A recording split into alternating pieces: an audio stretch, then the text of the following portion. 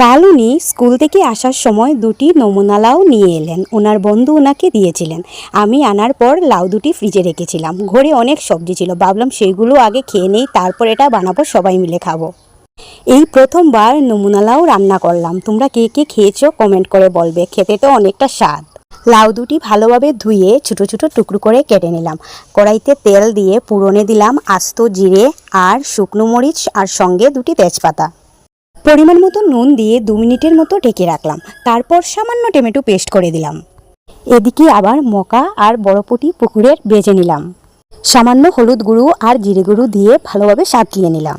আধা কাপের মতো জল দিয়ে ভালোভাবে উতলিয়ে ঢুলা পাকড় পাতা দিয়ে নামিয়ে নিলাম। তোমরাও এইভাবে বানাও, সবাইকে খাওয়াও আর নিজেও খাও। খেতে বসে সবাই আমার এই নমুনা লাউয়ের তরকারি খেয়ে অনেক প্রশংসা করেছিল। সত্যিই খুব ভালো লেগেছিল।